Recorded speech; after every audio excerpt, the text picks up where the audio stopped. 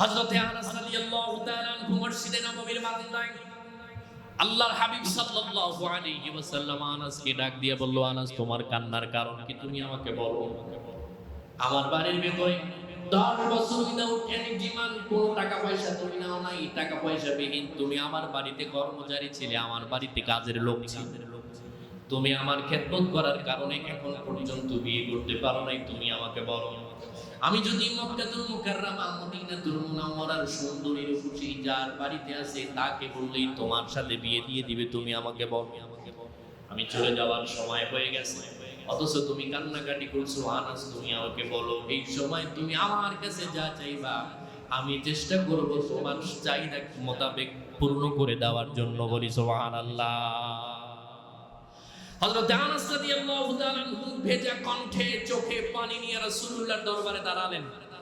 ইয়া রাসূলুল্লাহ, ইয়া হাবিবাল্লাহ, আমি কিচ্ছু চাই না, 10 বছর আমি আপনার খেদমত করেছি, খেদমত করে আমার কলিজা ঠান্ডা হয় নাই।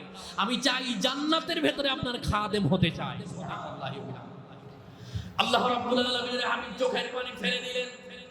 আনাস রাদিয়াল্লাহু তাআলা আনহুকে বুকের ভিতরে জড়ায় ধরে ডাক দিয়ে বলল, আনাস আমি মনে করেছিলাম দুনিয়ার কোনো কিছু তুমি চাইবা। আল্লাহ রাব্বুল আলামিনের কাছে আমি ফরিয়াদ করি, যেই ব্যক্তি দুনিয়া থাকতে আমার 10 বছর পর্যন্ত খাদেম ছিলে, কঠিন মুসিবত পার করে জান্নাতের ভেতরে আল্লাহ তোমাকে যেন আমার খাদেম বানায়া দেয়। সুবহানাল্লাহ।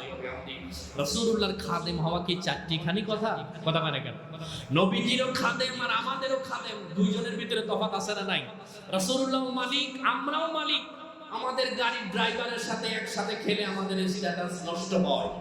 নবী সাল্লাল্লাহু আলাইহি ওয়াসাল্লামের সাহাবী আনাস রাদিয়াল্লাহু তাআলা বলেছেন, 10 বছরে আমার নবী কোনোদিন এই কথা বলে নাই তুমি এই কাজটা কেন করলা, এটা কেন করো নাই।